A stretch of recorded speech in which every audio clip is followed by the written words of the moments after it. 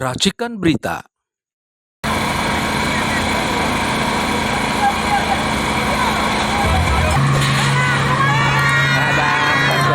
Penyediaan alat kontrasepsi bagi anak sekolah dan remaja.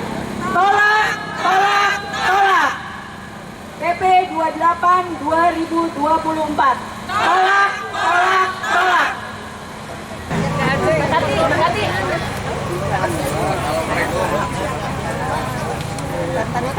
Sebetulnya sih ini namanya aksi unjuk rasa ya, dari berbagai elemen, tapi tidak apa-apa.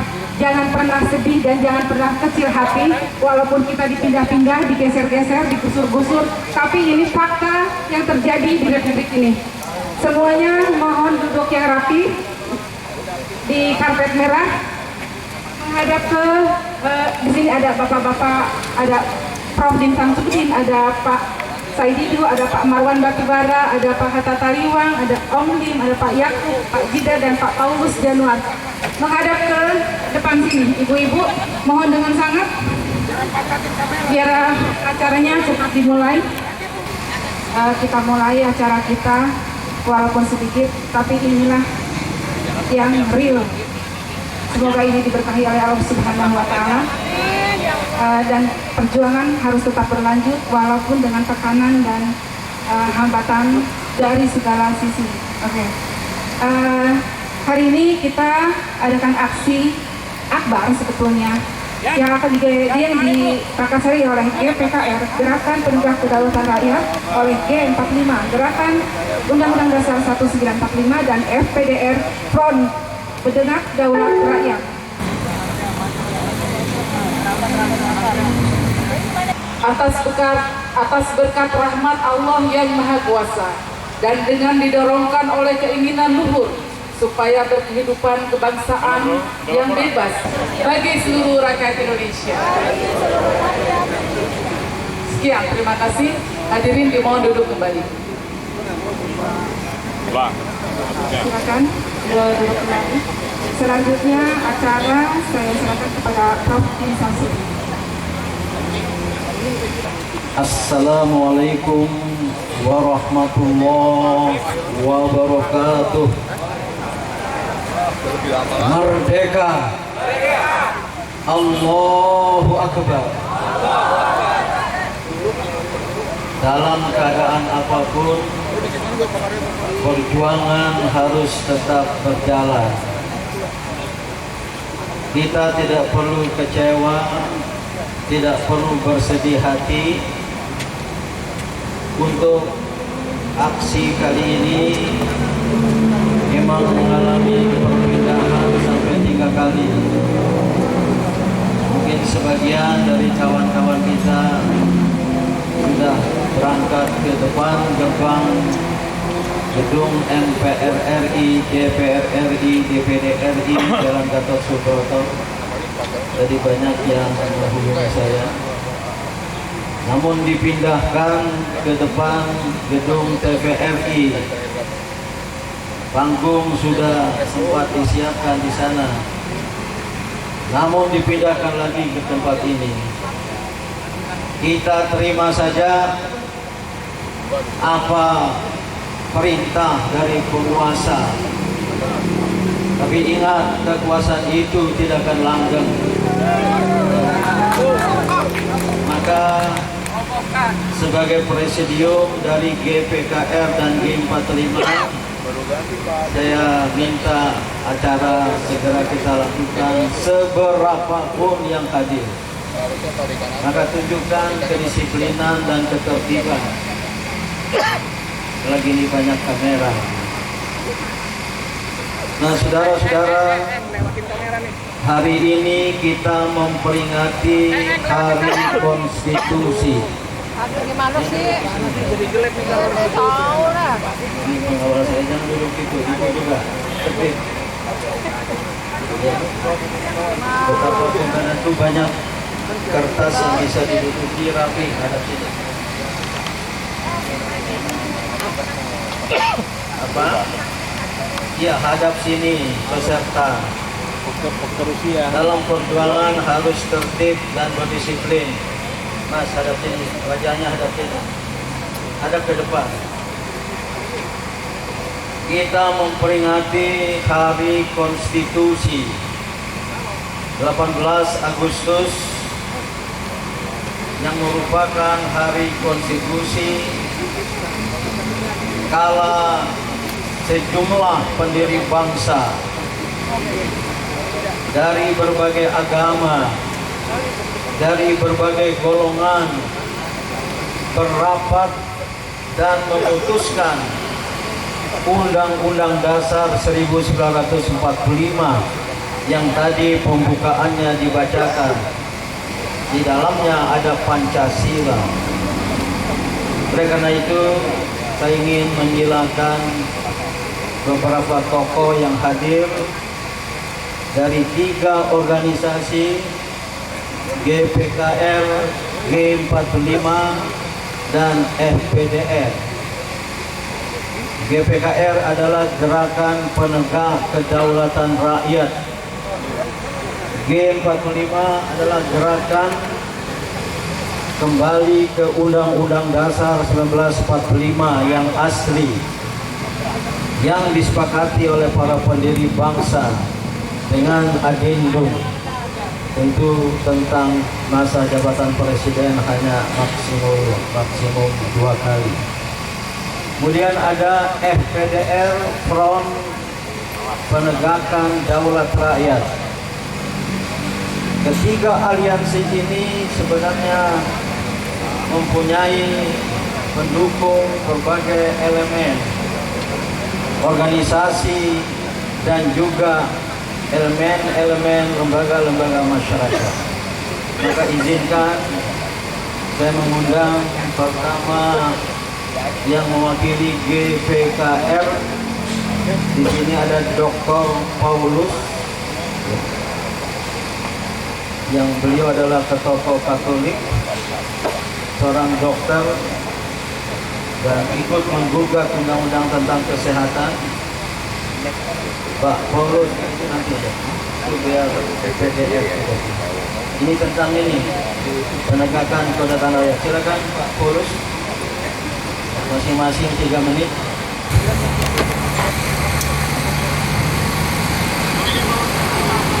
Terima kasih Pak Din.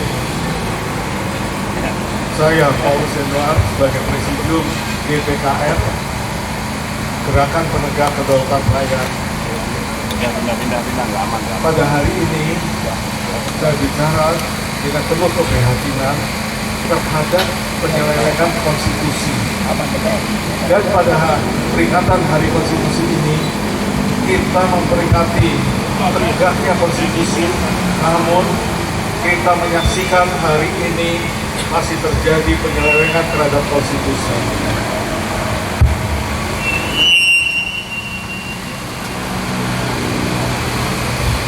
Konstitusi yang mengamanatkan kedaulatan rakyat ternyata tidak dijalankan dengan benar oleh penguasa di Republik ini.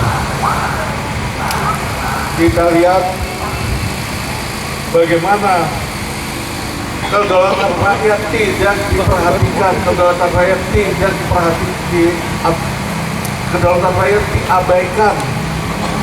Antara lain dengan undang-undang Omnibus Law Cipta Kerja yang mencelakakan kita semua, undang-undang Omnibus Law Kesehatan yang dua-duanya adalah mengundang investor asing, menghamba pada investor asing. Di mana kedaulatan rakyat di sana? Bagaimana kesewenang-wenangan dan berbagai macam peraturan perundang-undangan lain yang diciptakan tanpa mendengarkan aspirasi rakyat. Disinilah keprihatinan kami. Lalu juga kalau kita lihat ketika para bapak bangsa, para pendiri bangsa mencanangkan UUD 45, di situ tertulis negara berdasarkan hukum dan bukan kekuasaan semata. Akan tetapi kalau kita lihat bagaimana sekarang ini kekuasaan ternyata yang mengendalikan hukum, bagaimana hukum diobrak-abrik oleh kekuasaan, dan terciptalah pemilu curang yang melanggar konstitusi dan juga melanggar kedaulatan rakyat. Pemilu curang yang menghasilkan anak haram konstitusi yang sekarang kemungkinan akan menjadi pimpinan kita. Apakah kita rela dipimpin oleh anak haram konstitusi? Ya, inilah, dan kita lihat ini semua, siapa yang bertanggung jawab terhadap pelanggaran konstitusi yang sekarang terjadi? Tidak lain adalah Jokowi dan dinastinya.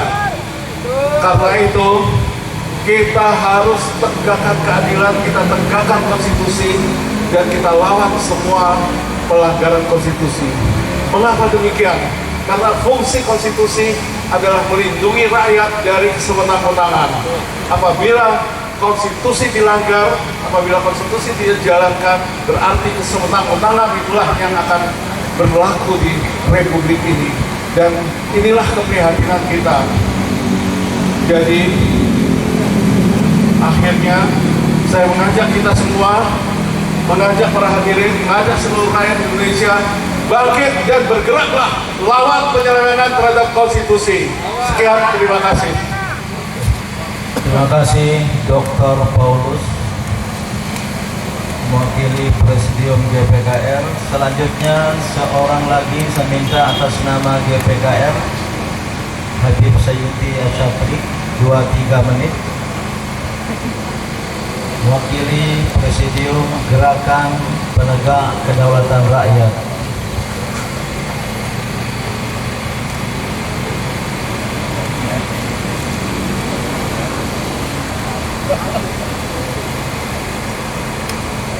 Terima kasih Pak Adi yang saya hormati, Bapak Ibu sekalian yang saya hormati. Assalamualaikum warahmatullahi wabarakatuh. Saya bangga sekali bisa menjadi bagian dari gerakan yang kelihatannya kecil, tapi sesungguhnya ini gerakan yang sangat besar. Karena ada pepatah yang mengatakan tidaklah kecil sebuah gerakan yang bersandar pada kebenaran dan keagungan Allah SWT. Tapi dia lebih besar daripada yang besar, tapi bersandar pada kekuatan iblis dan kejahatan manusia. Jadi sebenarnya kita ini sangat besar. Saya belum pernah merasa terharu mendengarkan pengingat Allahu Akbar sebagaimana tadi dilakukan. Jadi kedengaran itu sangat membahana. Bukan saja di tempat ini, tapi membahana dalam sistem semesta kita. Orang lupa bahwa ketika kita membangun hubungan dan kebenaran, maka kita terkoneksi dengan seluruh realitas semesta. Jadi bagi mereka yang menganggap kemanusiaan, jangan coba-coba menganggap ini sebagai satu kekuatan. Kita besar dan sangat besar jika akan mengalahkan dan menerapkan mereka. Sebenarnya akhir-akhir ini kita dengar ada yang mau membangun peradaban. Sebenarnya bukan peradaban yang dibangun pada, tapi yang dibangun adalah jalan kebiadaban. Sama sekali bukan peradaban. Peradaban apa dibangun di atas pengingkaran terhadap hak asasi manusia. Peradaban apa yang dibangun di atas kebohongan dan penipuan terhadap rakyat yang mestinya mereka lindungi. Jadi sebenarnya mereka sedang membangun kebiadaban. Dan kebiadaban itu pasti akan hancur. Dan mudah-mudahan kita menjadi bagian yang menyaksikan kehancurannya. Tidak lama lagi kita akan menyaksikan kehancurannya. Ada satu ungkapan dari seorang tokoh nasihatin saya. Ketika kepimpinan zalim sedang berkuasa, kau sedang menari-nari di atas kebiadaban. Kemudian dia katakan, perhatikan saja ayam itu kalau disembelih mau mati biasanya menggelepar. Jadi mungkin ini bagian dari penggeleparan sebelum nanti mati. Jadi kita lihat bahwa terlalu banyak sekali pelanggaran, sehingga tidak bisa lagi saya uraikan satu persatu. Terlalu banyak lah di internet, di mana-mana, sosial, Pak Muslim aktif di sini paling aktif memposting pelanggaran. Jadi bukan tempatnya untuk itu. Saya kira yang saya bisa sampaikan hari ini. Terima kasih.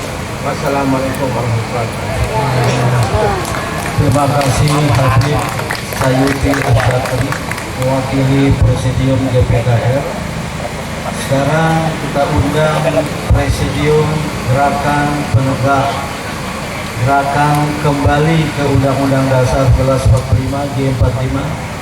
Ada Sekretaris Presidium Bung Hatta Kaliwang, 2-3 menit.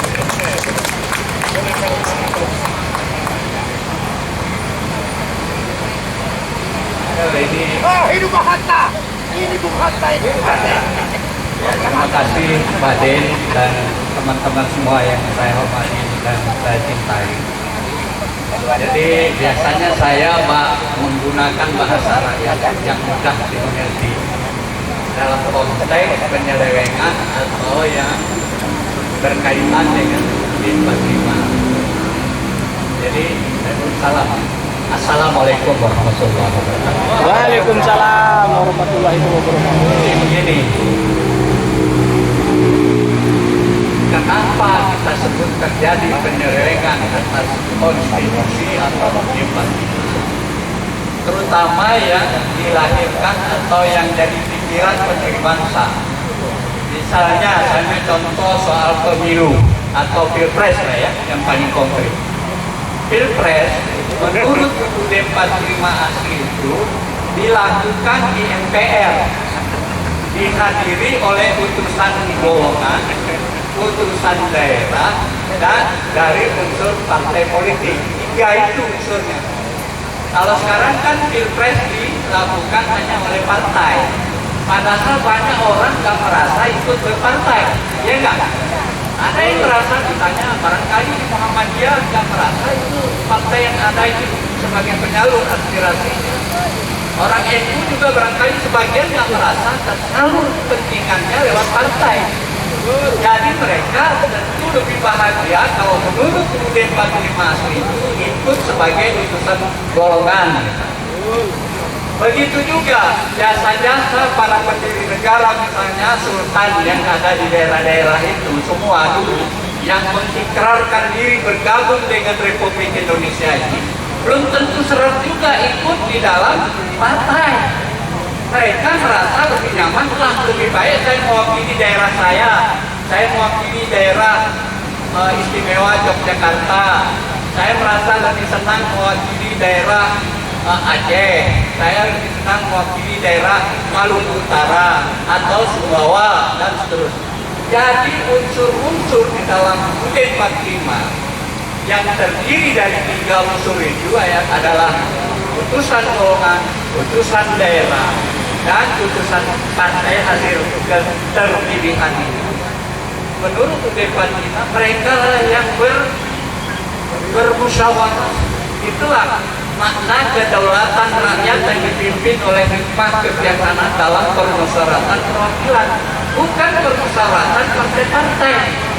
Nah, kalau permusyawaratan partai, nah ini yang kita lihat, bagi-bagi duit, siapa yang banyak duit, itu yang dicalonkan. Ya kan?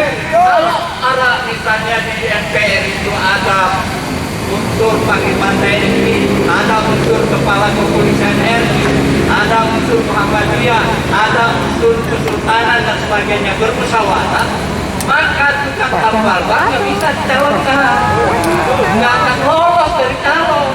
Pasti yang dipilih itu orang-orang yang berkualitas, karena Panglima TNI bilang kalau dia yang jadi calon, saya aja yang maju tertentu. Ya kan, kira-kira begitu. Itulah persoalan konstitusi kita. Apa kita ribut-ribut ingin kembali ke UUD 45 itu karena cara pemilihan presiden ini yang tidak benar sebenarnya, tidak sesuai dengan semangat pendiri negara kita. Itu satu. Ya. Ini panjang kalau saya cerita, karena di dalam pilpres langsung itu terjadi apa ini? Penyobokan rakyat. Masif. Kalau di MPR paling beberapa usul paling yang nakal itu orang partai aja, ya kan? Yang lain putusan golongan, putusan daerah, nggak akan senakal itulah. Tapi kalau pemilihan langsung ini, lihat aja, rakyat jelata itu membuang terus semua. Jadi rusak mental moral rakyat dengan sistem yang tidak sesuai dengan konstitusi. Itu kenapa kita kritisi soal UUD 45 ini. Yang kedua, ini sebenarnya dan argumen cukup 2 atau 3 ya, hanya waktu saya terbatas. Yang kedua itu soal GBHN. Dalam sistem MPR kita yang turut debat ada GBHN, ada garis besar haluan negara. Dengan adanya ini maka tidak ada mendadak pindah ibu kota ke harus diputuskan oleh rakyat di gedung MPR, tidak oleh DPR yang terdiri dari partai-partai yang korup itu. Mereka kan bagi-bagi duit, lalu diputuskan dengan cara yang diam-diam pindah ke ibu kota itu. Jadi itu yang tidak benar. Kenapa kita bilang bahwa kita ingin kembali ke UUD 45 yang asli? Karena semua hal dibahas di gedung MPR itu. Nggak bisa pinjam ke Cina sekian triliun, ratus triliun tanpa konsultasi, tanpa koordinasi. Itu alasan yang kedua mengapa kita ingin kembali itu. Alasan yang ketiga, misalnya kita sudah terapkan ekonomi ya yang liberal. Sebenarnya kan dalam konstitusi kita itu semua harus ada keadilan. Masa misalnya BUMN diajak bersaing dengan PT swasta, ya kan? Akhirnya PT swasta nggak kebagian proyek. Kalaupun kebagian uang buka doang yang dibagi. Itulah sistem liberal ini. Lalu hanya diberikan keistimewaan kepada para konglomerat. Terjadilah apa yang seperti PSN itu, nanti mungkin Pak Saidi juga akan ulas, ya kan? Di mana proyek strategis nasional hanya istimewakan kepada kelompok-kelompok tertentu. Ini yang nggak benar. Kalau menurut UUD 45 itu BUMN punya urusan sendiri, yang strategis, telkom, apalagi itu minyak dan sebagainya nggak boleh diprivatisasi, ya kan? Nah, lalu koperasi dapat tempat, ya kan? Koperasi, UMKM ada ruang wilayahnya, nggak boleh bersaing dengan konglomerat. Ini kan konglomerat mulai dari produksi, distribusi sampai pengecer mereka yang kendalikan. Akibatnya yang paling rugi itu adalah kelompok pribumi, karena semua dari jalur produksi, distribusi, impor dan sebagainya dikuasai oleh mereka semua. Kapan rakyat ini akan kebagian? Nah, ini sistem ini yang kita kritisi, yang kita tidak sukai. Termasuk untuk hari depan Pak Polisi juga, anak-anaknya nanti kalau sistem ini berjalan terus, semua akan jadi miskin semua, jadi janda jongos semua nanti. Saya kira itu dari saya, nanti tidak terkendali saja. Terima kasih. Wassalamualaikum warahmatullahi wabarakatuh. Waalaikumsalam warahmatullahi wabarakatuh. Merdeka, merdeka. Terasa lagi Allahu Akbar.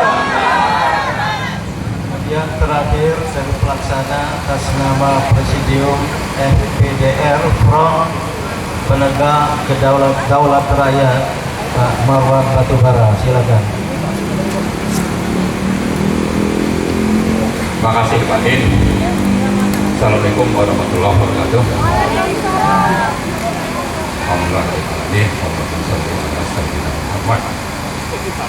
Ada hal sekitar 4 poin yang ingin saya sampaikan. Pertama, kita menyelenggarakan acara ini bertepatan dengan momentum HUT RI ke-79 dan hari konstitusi tanggal 18 Agustus tahun ini ya. Ini kalau tidak salah yang keempat. Jadi momentum ini sebetulnya kalau bicara merdeka, yang merdeka siapa? Kita lihat foto pada acara 17-an kemarin di IKN, yang duduk di bagian depan itu konglomerat, jenderal-jenderal di belakang. Ini menggambarkan apa? Ya, artinya yang berkuasa itu siapa? Ya. Kemudian merdeka misalnya kita bebas dari penjajahan. Faktanya penjajahan itu tidak jauh dari Jakarta. Itu titik 2 terjadi penjajahan oleh siapa? Oleh pemerintah yang didukung oleh aparat-aparat. Siapa aparatnya? Ada oknum-oknum polisinya, ada TNI-nya, ada ASN-nya, ada aparat-aparat Pemdanya. Rakyat dijajah. Jadi yang merdeka siapa, yang dijajah siapa setelah 79 tahun, itu menjadi catatan bagi kita. Itu poin pertama. Yang kedua, poin kedua saya kira kita bicara kenapa ini bisa terjadi. Ternyata ada pemerintahan yang memang semakin otoriter, berada di atas hukum, berada di atas trias politika. Siapa dia? Presiden Joko Widodo. Kenapa dia bisa terus berkuasa? Karena tadi yang pertama itu ada konglomerat pendukung yang bergabung dalam pemerintahan oligarki. Nah, sudahlah oligarki, nepotis pula. Buktinya nepotis misalnya MK melalui putusan nomor 90 bisa dikangkangi untuk apa? Untuk supaya Gibran bisa menjadi cawapres. Kemudian melalui putusan MA, ya dari MK ini MA nomor 23, itu namanya Kaisang bisa menjadi cagup atau cawagup. Jadi pemerintahan otoriter yang dilegalize dengan berbagai aturan kebijakan ini sudah terjadi, yang membuat hal yang ketiga yang perlu kita perhatikan juga. Jadi poin ketiganya adalah kenapa ini bisa berjalan mulus. Ternyata presiden kita ini menghalalkan segala cara dengan mengancam partai-partai yang coba bersikap berbeda. Ya, kebetulan banyak yang punya kasus korupsi atau mungkin kasus moral sehingga tidak berdaya. Bahkan ya, sikap menghalalkan segala cara ini termasuk misalnya menyuap secara politik kepada ormas-ormas Islam atau ormas-ormas keagamaan itu sudah terjadi. Terhadap siapa? Terhadap misalnya PBNU atau Muhammadiyah. Jadi kalau kita gabungkan, ada kriminalisasi kepada partai, pimpinan partai, anggota DPR, ada pemberian carrot atau umpan untuk bisa dioptasi. Siapa itu? Yaitu ormas-ormas. Inilah fakta setelah 79 tahun kita merdeka dipimpin oleh pemimpin yang semakin otoriter, tapi otoriternya ini didukung oleh berbagai aturan legal yang memang sengaja dibuat oleh sang pemimpin, kan tidak bisa dikontrol oleh dua cabang kekuasaan lain, yaitu DPR dan sektor yudikatif.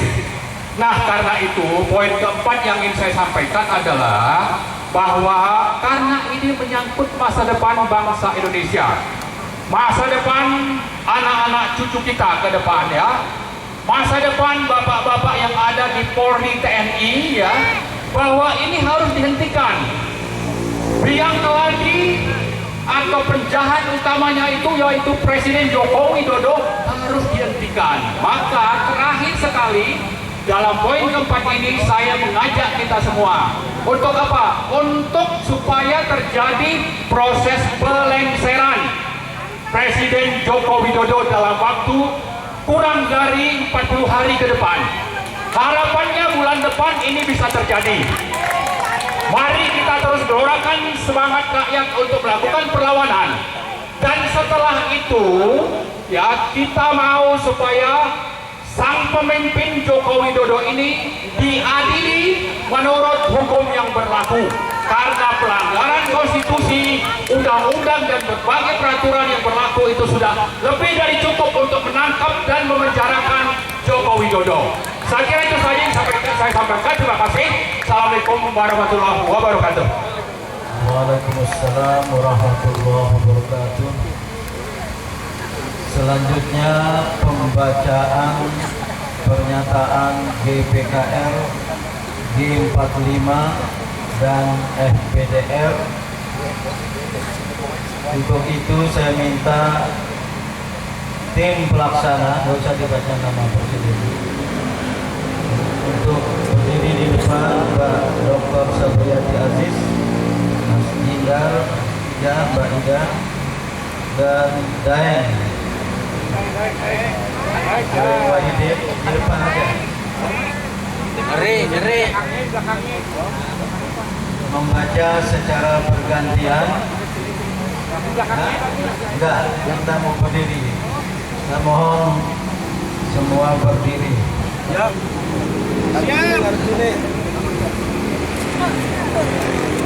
Pernyataan Gerakan Kedaulatan Rakyat GPKR, Gerakan Penyataan Gerakan Penegak Kedaulatan Rakyat GPKR, Gerakan Kembali ke Undang-Undang Dasar 1945 asli G45, Front Penegak Daulat Rakyat FPDR, dengan nama Allah yang Maha Kuasa, dalam rangka memperingati Hari Konstitusi 18 Agustus 2024, GPKR, G45 dan FPDR mengungkapkan rasa syukur kehadirat Allah yang Maha Kuasa bahwa negara Republik Indonesia telah mencapai usia 79 tahun.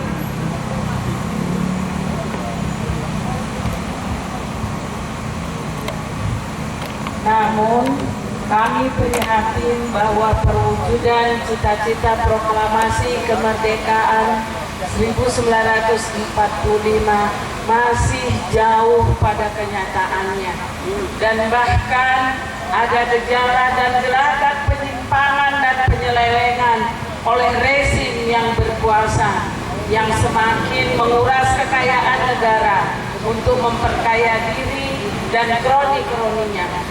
Kedaulatan dan kesejahteraan rakyat runtuh dan diruntuhkan, hilang dan dihilangkan.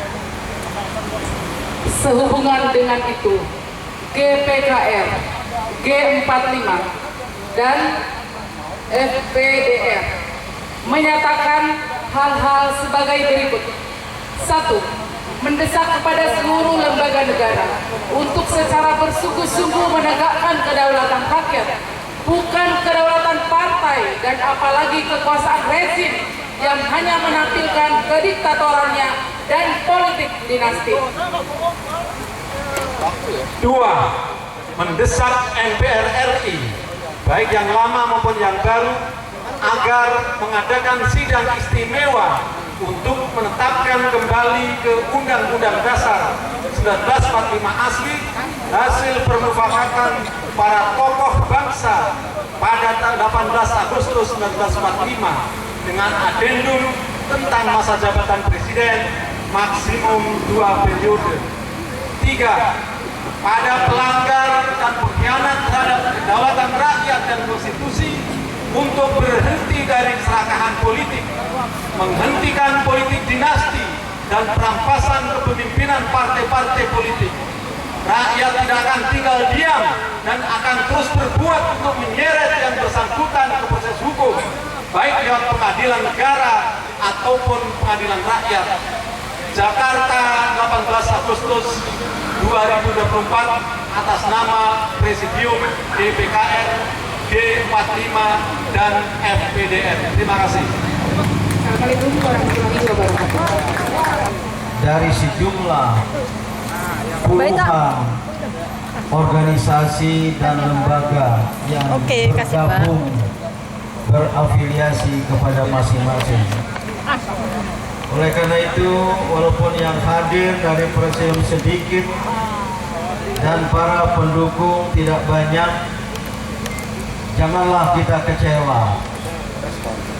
Jangan pernah bersedih hati dan jangan kehilangan asa.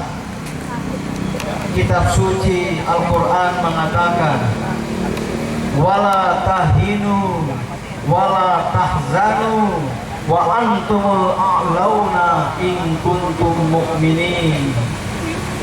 Jangan sekali-kali bersedih, jangan sekali-kali kehilangan kepercayaan diri.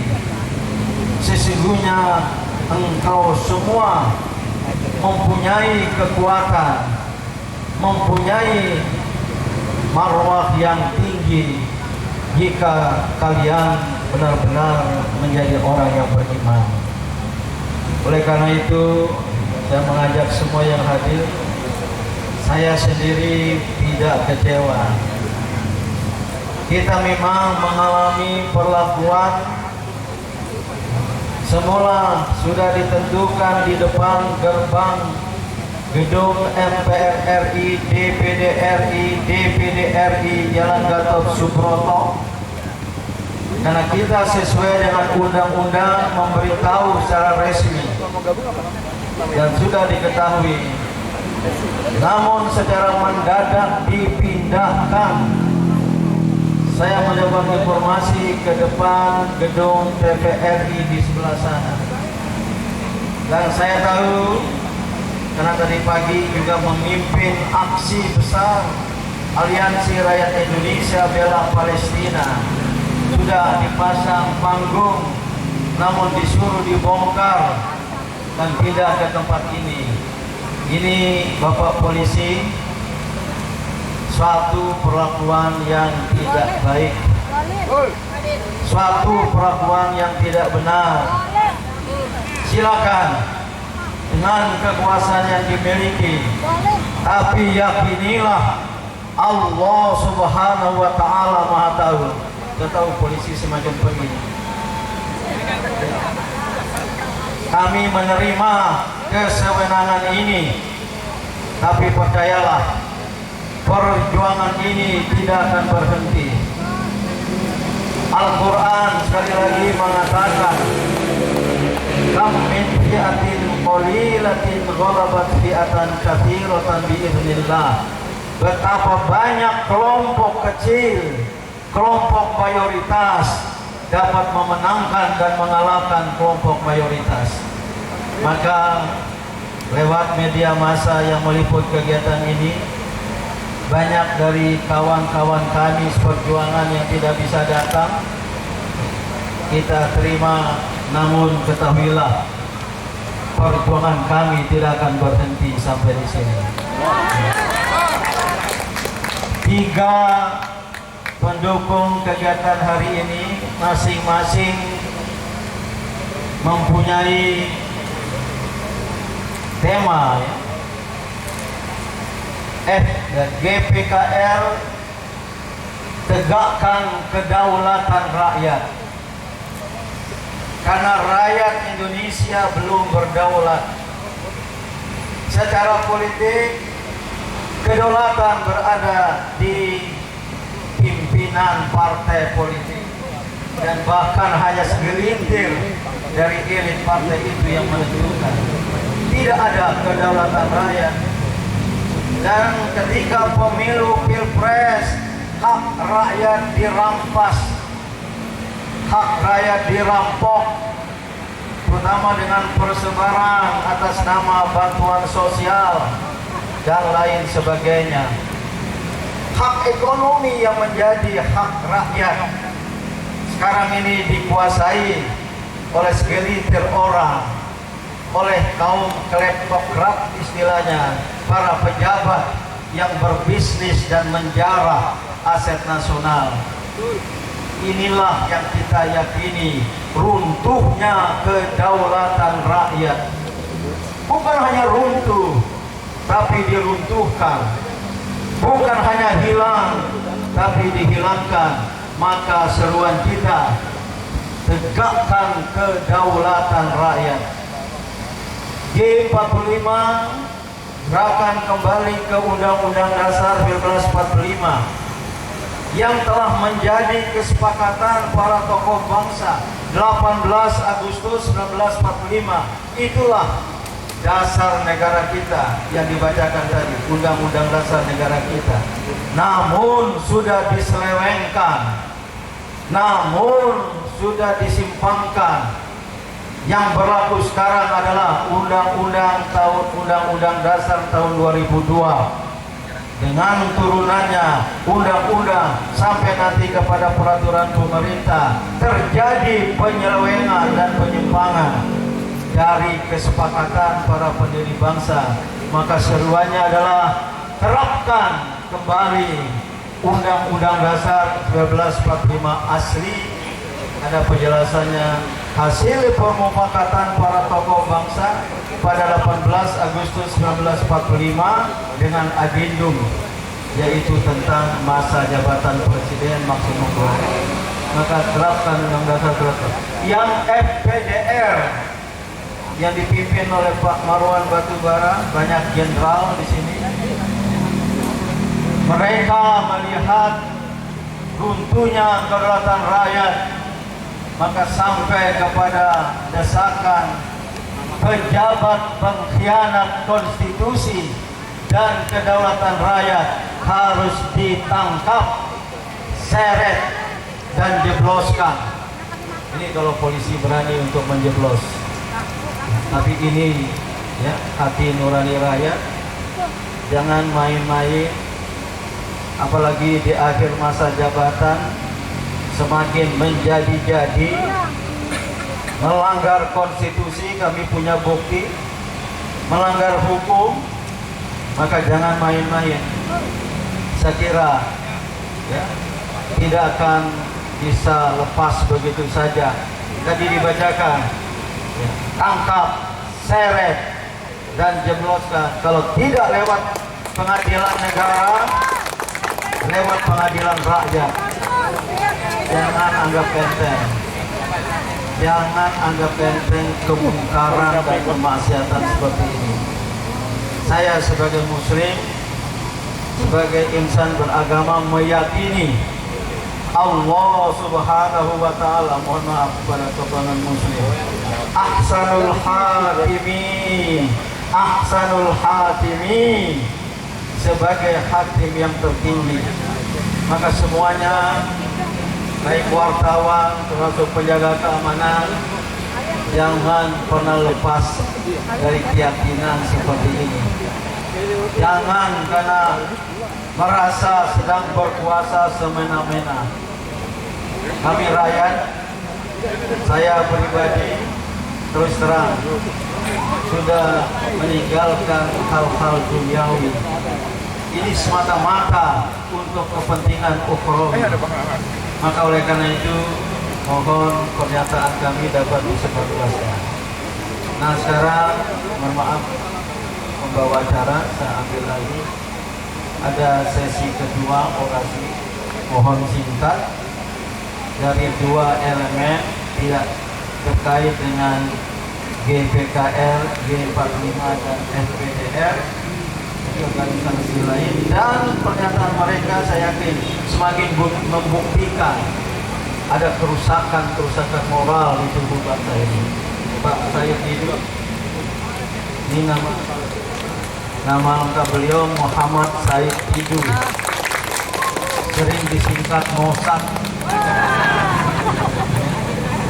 yang sekarang sedang memperjuangkan nasib rakyat di 9 kecamatan yang dirampas begitu saja oleh rejim yang otoriter ini dan didukung oleh aparat keamanan. Tolong sampaikan secara ringkas, beliau ini sudah dipanggil polisi mau ditangkap. Saya menyediakan diri untuk Pak Said Didu kalau mau ditangkap karena tidak benar. Terus terang ini berkaitan dengan kezaliman dari kekuasaan, dan ini tidak bisa dibiarkan menurut ajaran agama. Secara singkat nanti, dan yang mewakili GIB siapa? Hanya satu orang.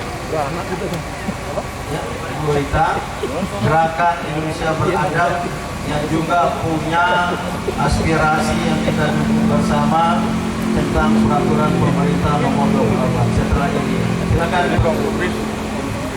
Assalamualaikum warahmatullahi wabarakatuh. Tandang gelanggang meskipun seolah itu moto perjuangan kader pajak Indonesia. Dan saya kader pelajar Islam Indonesia, jadi kalau datang ke Pantai Indah Kapuk sendirian, itulah kader pelajar Islam Indonesia. Hari ini kemarin kita menyaksikan bagaimana Presiden Jokowi sudah membunuh konstitusi dan menjadikan dirinya sebagai konstitusi. Tandanya adalah dari ibu kota negara, ibu kota Nusantara namanya, mereka menghina istana negara Bogor dan istana Jakarta, menyatakan istana kolonial. Padahal istana itu direbut oleh para pejuang kita yang mengorbankan jiwanya. Dan mereka, Joko Widodo bangga menghina istana yang direbut itu. Dari sana Menteri Koordinator Maritim dan Investasi menghina kota Jakarta sebagai kota feodal. Padahal kota ini direbut. Puluhan ratusan pahlawan yang mengusir penjajah. Di saat yang sama menghabiskan uang rakyat 84 triliun dan untuk upacara 84 miliar untuk mengundang influencer dan mengundang para konglomerat hadir di sana untuk berpesta dan mengusir rakyat lokal tidak boleh hadir dalam upacara. Itu adalah simbol betul-betul rezim Joko Widodo sudah membunuh konstitusi dan menginjak konstitusi dan menjadikan dirinya konstitusi. Jadi hari ini kita memperingati matinya konstitusi yang dibunuh oleh rezim Joko Widodo. Saya berharap Presiden terpilih Prabowo berkenan melahirkan kembali konstitusi yang asli yang dirumuskan 18 Agustus 1945. Kenapa itu harus dilakukan?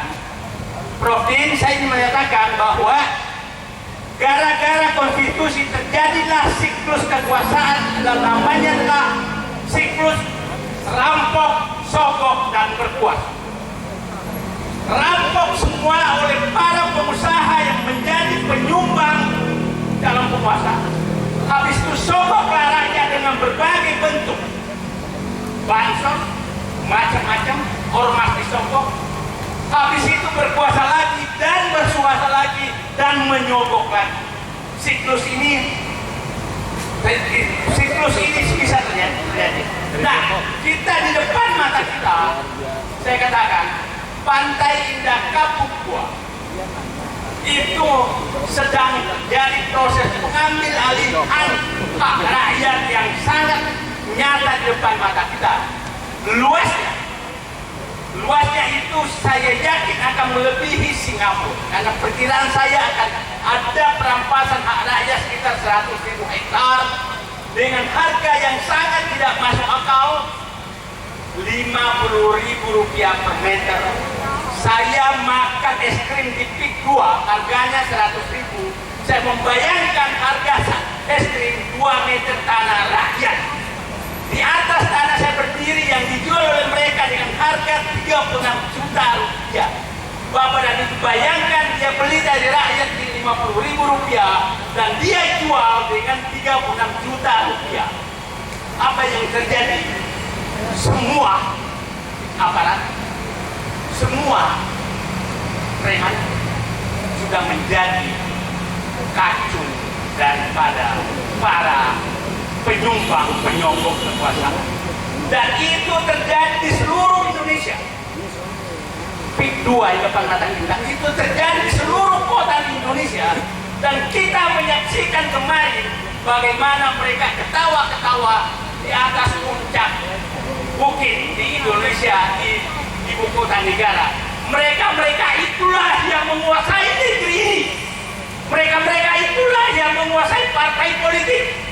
Mereka itulah yang menguasai siapa yang menjadi pejabat-pejabat akan datang. Pertanyaannya, relakah kita serahkan negeri ini kepada mereka? Itu saja. Terima kasih. Assalamualaikum warahmatullahi wabarakatuh. Waalaikumsalam warahmatullahi wabarakatuh. Selanjutnya dari wakil Gerakan Indonesia Beradab yang atas nama kita semua di sini di tengah sini menggugat peraturan pemerintah nomor 28 yang di beberapa pasalnya berpotensi untuk melegalkan kontrasepsi bagi remaja dan pelajar.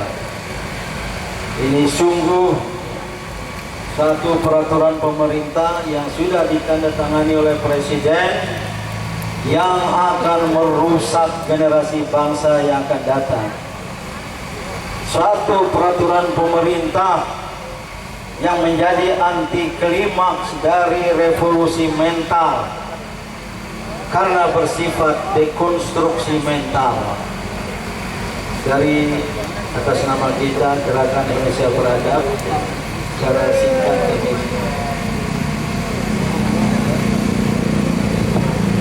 Bismillahirrahmanirrahim. Assalamualaikum warahmatullahi wabarakatuh. Perkenalkan, nama saya Rita Subagio, mewakili Presidium Gerakan Indonesia Beradab. Ingin menyampaikan beberapa aspirasi yang tentunya menjadi keprihatinan kita bersama.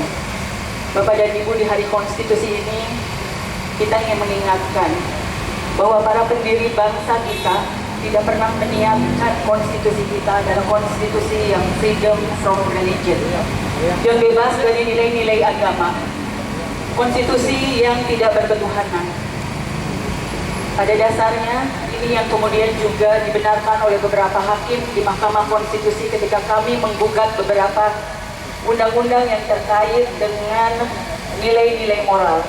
Kita menggugat KUHP yang terkait dengan cabul sesama jenis, pemerkosaan, dan perzinahan. Tetapi kemudian ini ditolak oleh Mahkamah Konstitusi, padahal kemudian seluruh hakim Mahkamah Konstitusi sepakat bahwa konstitusi kita adalah konstitusi yang godly constitution, konstitusi yang berketuhanan, konstitusi yang membawa cahaya-cahaya ketuhanan. Ini disepakati oleh semua hakim Mahkamah Konstitusi. Namun faktanya beberapa turunan dari konstitusi kita, baik dalam undang-undang yang dibentuk selama masa rezim Jokowi ini, itu yang kemudian melahirkan beberapa perundangan yang justru kemudian berpotensi untuk mengafirmasi, menguatkan beberapa perilaku seksual bebas. Undang-undang atau peraturan PP 28/2024 ini hanya satu turunan saja dari banyak undang-undang yang sebenarnya sudah dibentuk sebelumnya. Yang sebagian besar undang-undang itu yang terkait dengan moral justru kemudian tadi mengafirmasi berbagai bentuk perilaku penyimpangan seksual dan kebebasan seksual. Bapak dan Ibu bisa bayangkan dalam satu peraturan pemerintah ini bagaimana kemudian ada satu pasal 103 ayat 4E yang memberikan penyediaan alat kontrasepsi bagi pelajar dan remaja.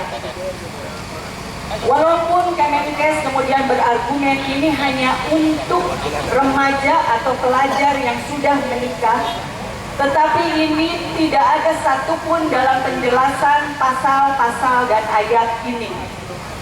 Jadi ini patut kita duga bahwa ini adalah pasal karet. Walaupun ada, mereka selalu juga berkelit dengan pasal 98 yang mengatakan tentang kesehatan reproduksi terkait dengan norma agama. Tetapi ini tadi hanya sekedar stempel saja, karena berbagai undang-undang yang terkait dengan moral stempelnya ada memang, azasnya dipakai, tetapi turunannya tidak begitu semua. Turunan pelaksanaannya, dalam pelaksanaannya pendampingan, edukasi dan lain sebagainya tidak pernah memasukkan azas agama sebagai bagian dari menyelesaikan masalah-masalah moral. Bapak dan Ibu, kita tidak pernah menafikan tentang berbagai kerusakan seks bebas, terus kemudian mereka yang hamil di luar nikah dan lain sebagainya. Tetapi penyelesaiannya bukan dengan kontrasepsi, bukan dengan aborsi. Jadi PP ini juga menyangkut tentang aborsi yang dikaitkan dengan kekerasan seksual. Aborsi yang dikaitkan dengan kekerasan seksual, maka di dalamnya berpotensi untuk siapa saja mengajukan dirinya sebagai korban kekerasan seksual. Bahkan para penzina sekalipun, mereka yang kemudian berzina, melakukan seks bebas dan lain sebagainya, mereka kemudian bisa mengatakan bahwa saya korban kekerasan seksual.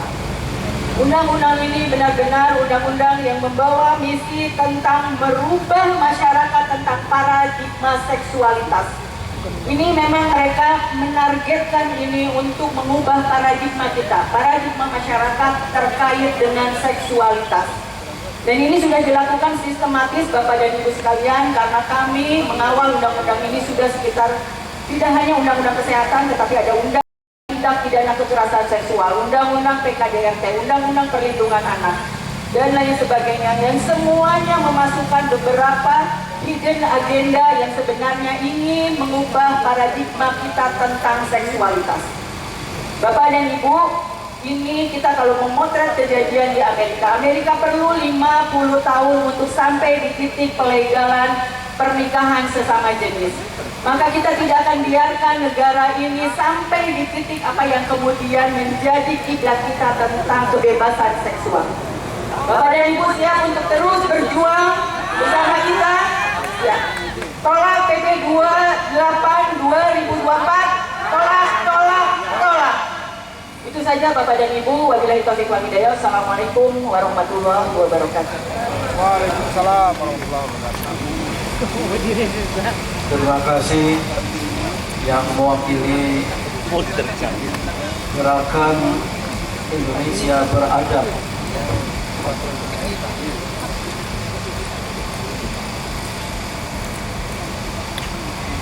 Mohon maaf baru terakhir untuk berdiri lama. Sama. Saudara-saudara, dari dua hal terakhir sangat jelas adanya pelanggaran konstitusi, adanya sikap kediktatoran yang dalam bahasa agama adalah kezaliman terhadap rakyat 9 kecamatan yang berada di pantai utara Kabupaten Tangerang yang tergusur, yang terusir dari kampung halamannya sendiri. Ini yang diperjuangkan oleh Pak Muhammad Said Didu seorang, tapi Pak Said Didu, Anda tidak sendiri. Kita semua, baik yang hadir maupun yang tidak hadir, dari GPKR, G45 dan FPDR, dan saya pribadi menyediakan diri menjadi tameng mau menjadi apa untuk perjuangan membela kesejahteraan rakyat. Karena Pak Said Didu dipanggil oleh polisi, hati saya terus terang miris. Yang membela kepentingan rakyat, mengapa dia yang dipanggil oleh polisi? Mengapa mereka, para konglomerat yang ingin mengambil tanah rakyat tidak diusik-usik oleh aparat penegak hukum dan keamanan? Di mana hukum? Di mana keadilan? Maka terus terang saya menyediakan diri dan saya usulkan Pak Said Didu suatu waktu kita kerahkan rakyat di 9 kecamatan itu untuk bangkit, didukung oleh rakyat lain yang cinta keadilan, ikut bersama kita untuk menggugat haknya sendiri yang dalam bahasa agama Islam hifzul mal, memelihara harta benda milik kita ini adalah bagian dari kewajiban asasi seorang muslim dan muslimah. Dimohon Bapak polisi yang hadir di sini sampaikan ke atasannya.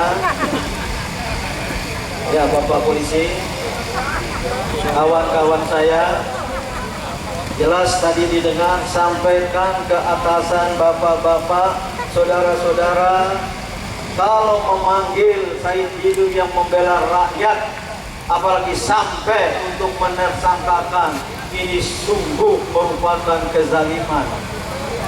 Percayalah, Allah tidak tidur. Allah tidak tidur. Mereka yang rela menegakkan kezaliman seperti ini, saya yakin tidak akan tenang hidupnya, tidak akan tenang kehidupan keluarganya. Ini yang perlu disadari. Saya mohon maaf terpaksa berbicara keras dan baru kali ini kebetulan sahabat saya Pak Said Didu, jangan berhenti dan jangan pernah katakan saya berjuang seorang, karena banyak dari rakyat ini yang akan membela perjuangan Bapak. Dan tolong sampaikan ke rakyat 9 kecamatan di Kabupaten Tangerang dan Serang, termasuk katanya kampung halaman dari Wakil Presiden sekarang. Kenapa Wapres diam saja? Nah, iya, kampungnya Bapak Wakil Presiden ini sungguh tidak dibiarkan, dan ini tidak terjadi di Tangerang, di Serang saja, di banyak tempat dari Republik ini terjadi perampasan tanah hak milik rakyat, termasuk yang di Riau juga, Rempang. Maka mereka tidak bisa merayakan kemerdekaan karena mereka merasa belum merdeka. Sama halnya dari gerakan Indonesia Beradab tadi, saya tidak habis pikir seorang presiden mau menandatangani peraturan pemerintah yang bernada dan berpotensi melegalkan perzinahan, membolehkan memakai alat kontrasepsi, melegalkan aborsi atas dasar kekerasan seksual. Kalau PP ini diterapkan, maka tidak lama lagi negeri yang rakyatnya beragama ini akan hancur moralnya. Ini sungguh merupakan peraturan pemerintah yang tidak bermoral, yang tidak beradab. Maka gerakan Indonesia Beradab kita dorong di depan untuk memperjuangkan ini, karena anak cucu kita semua, mohon disadari, akan berada pada alam seks bebas, karena mereka diperkenankan, bahkan disediakan oleh negara untuk memiliki alat kontrasepsi yang tentu akan membuka peluang bagi seks bebas. Inilah saudara-saudaraku pertemuan kita. Sekali lagi, walaupun tidak banyak yang hadir, kita tidak pernah kecewa. Mohon pers, silakan gambarkan bahwa yang hadir hanya segelintir, atau polisi melaporkan ke atasannya hanya segelintir. Namun saya atas nama pengarah dari GPKR dan G45 mengucapkan terima kasih kepada bapak-bapak polisi yang sudah mengawal aksi kita ini. Mungkin jumlahnya lebih banyak dari peserta,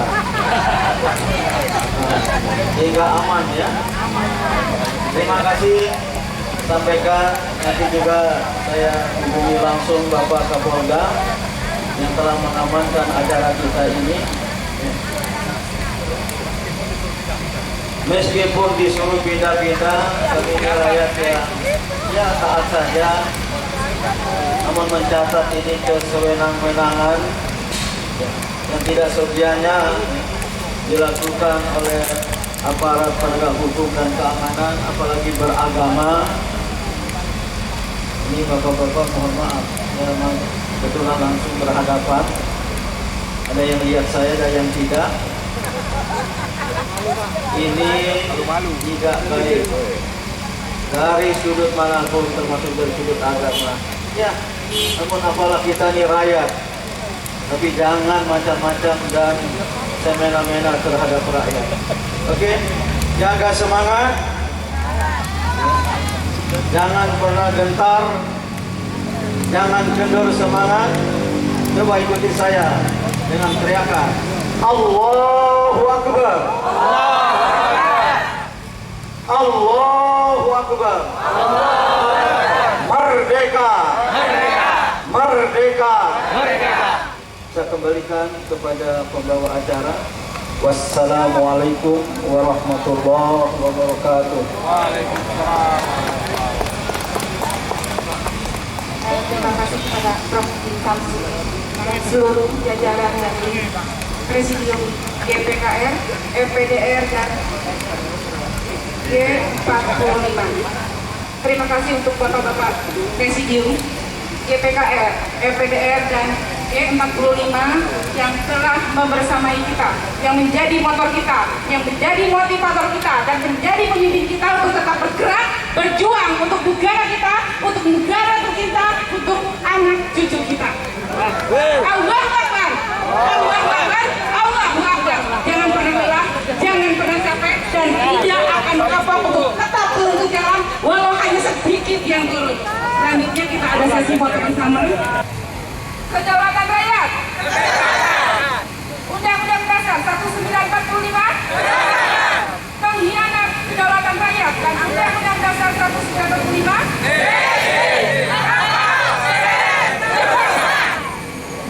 Allahu Akbar. Allahu Akbar. Merdeka. Merdeka.